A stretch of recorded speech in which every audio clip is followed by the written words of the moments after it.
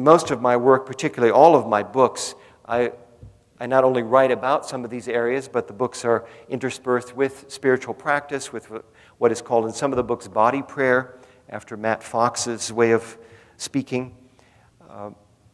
You could say spiritual experience is at the core of what can bring us together. And this takes me to this subject of what is now called interspirituality. To let our guard down for a moment and actually chant in Arabic or chant in Hebrew or chant in Aramaic, rather than saying, well, I am this and I'm never going to be, where you are, and we'll just respect our differences. Okay, well, that's fair enough too. That's a good interfaith approach. With what I call the sort of general round table, well, here's the Muslim, here's the Jew, here's the Christian. But does that actually really make sense? Can anyone actually represent the Muslim position, or the Jewish position, or the Christian position, or the UU position? Probably not. One of my Sufi teachers once said, really, each person is his or her own religion, ultimately. So why are we pretending that there is a Muslim position or a Christian position? Aren't we just sort of making believe in some of these interfaith circles? Why not why not just actually share our breath together?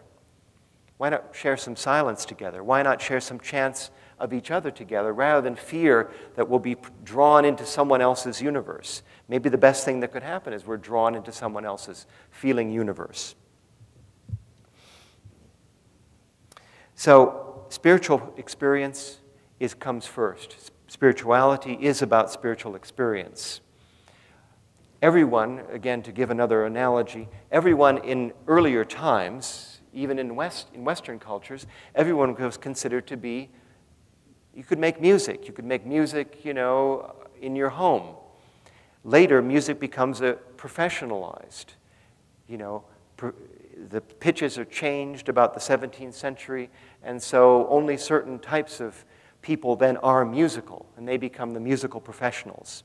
And so from everyone making music, which is the way it was in native cultures, to us listening to professionals, and then sometimes not even listening to professionals live, we're listening to them in a digitally enhanced version, which has nothing to do with the way people actually sound and make music. This is a continuum. I would argue that religion is somewhat the same. In earlier times, we were all considered to have access to spiritual experiences, vision. Then that gets colonized, and religion is, you could say, professionalized, so that we're sort of waiting for those who are the leaders to lead us into an organized, professionalized form of religion, and then that becomes something that is reified or colonized. And how can you do that? It's like saying that the sense of smell is defined by Chanel number 7 or Chanel number 5. I forget what it is. It's like one draws, it commercializes something that is native to human beings, but it's still native to us. So spirituality is in some ways the same way. Is there any solution behind all of this? Well, I've given you some of the solution. Breathe together. Try to re-enter a sense of awe with the natural world. And listen to those voices from the Middle East perhaps in new ways, where we hear them asking these questions, hear them expressing these senses, this deeper sense of awe, which is what was the original, you could say, spiritual energy, the spiritual oil. We have plenty of problems. We have plenty of challenges in the world today. How are we going to meet these challenges? Well, we need new ideas. We need better ideas, and ideas that are coming from the dark, from the unknowing, rather than from just doing it the way we did it before. And again, this would be listening to these creation voices, the voices of the Middle East.